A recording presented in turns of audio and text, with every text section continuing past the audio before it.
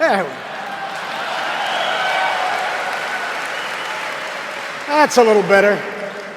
You know, for years they've been telling us to think outside the box. We've got a few minutes to think on top of the thing. We have to, because this world keeps changing, and people need your advice. Anybody in this room, two things. At some point in your life, you had a dream of getting a recreational boat.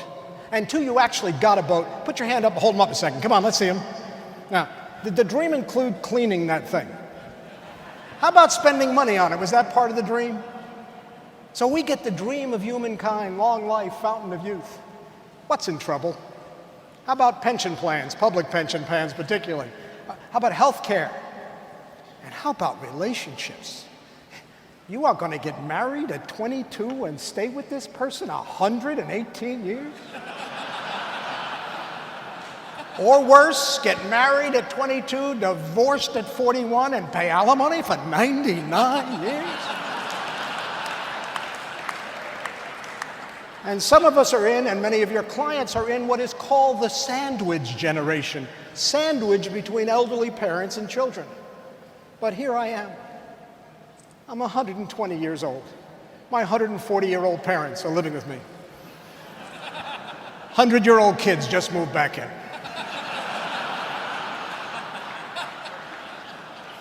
So we can have a little fun with it, but let's not miss the serious point. If that wonderful change were to happen, enormously difficult issues wouldn't just be on the table, they would be smack in our face. Real change is difficult, and people need your advice. You want to go to the movies tonight? Now, when I was a boy, that required a yes or no answer.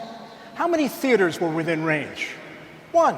How many screens did it have? One. So you either wanted to go or you didn't. Now I live in Boulder, Colorado, a small city. And within 20 minutes of my house, there are 46 screens. The last time I looked, they were playing 17 different movies.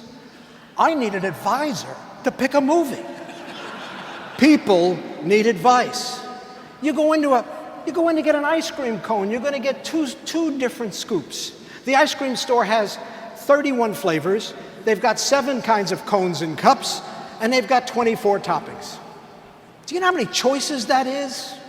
10,416. People need advice. And now let's take something really simple, insurance and investing. Sure, more than ever in history, people need advice. But they don't just need any advice. They need personal, face-to-face advice from great advisors like the people in this room. People need your advice. Here's a few questions that might be able to help. The first one is, what worries you? What concerns you? You probably know that one. But a little heads up, do not ask a man my age what keeps him up at night.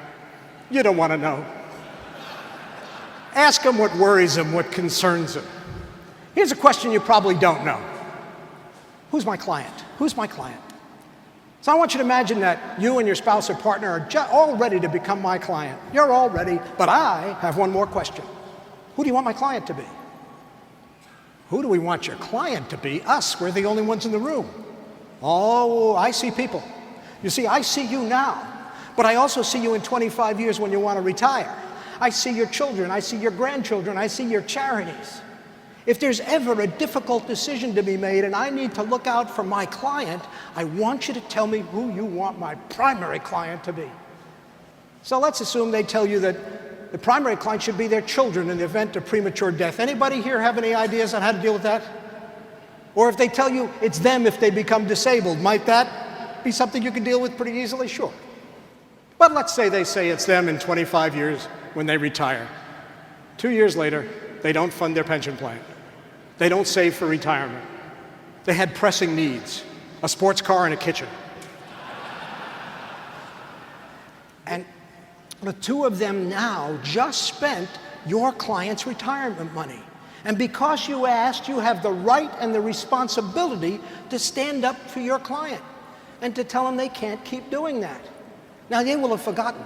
And they'll say, what do you mean, we're your client? Oh, no. You told me that you in now 23 years is my client. Enjoy the kitchen, enjoy the car, but let's take a look at what happened to my client's retirement so you don't do that again. Ask your clients who they want the primary client to be. And once you've got that, then ask about other clients that you care about, like their spouse or children if they die prematurely, like them if they become disabled. Next question. What's more important to you, absolute or relative returns? Absolute or relative returns? Don't ask it that way, ask it this way. Let's say that we do a financial plan for you, and the plan shows that to achieve your financial dreams, you need a 5% annual rate of return. At the end of year one, you've gotten 11%. Are you happy? You need 5, got 11, you happy? Okay, yeah, sure. Then you find out all your friends got 14. Are you still happy?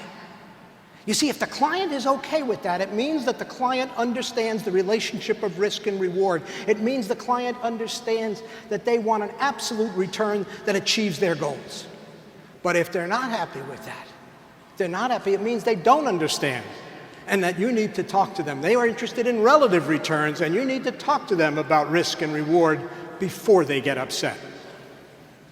Let's say that you have a client, and there were many hands, who the loss of opportunity would bother them more, and they want to embark on an aggressive financial plan without the insurance protections that you know they need.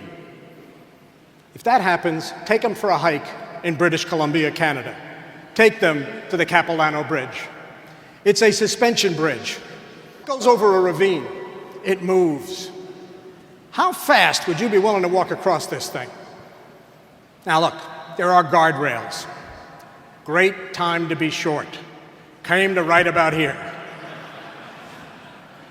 However fast you'd walk across this thing, how fast would you walk if I took that guardrail off? Take another look. And we didn't even talk about bad weather. Insurance and the other conservative investments you offer are a guardrail that gives your clients the ability to move more quickly toward achieving their financial goals. It doesn't slow them down, it speeds them up. You see, that's another reason people need your advice. Remember when you first started? Remember when you first started, when you didn't know the answer to a lot of questions? I mean, around any corner could be humiliation. You just didn't know. But sometimes it was scary, but it was exciting. And sometimes when you were out there on that limb, sometimes you got creative, didn't you?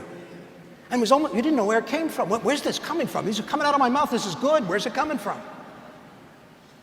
But when you've been in the business a while, when you've qualified for MDRT, congratulations.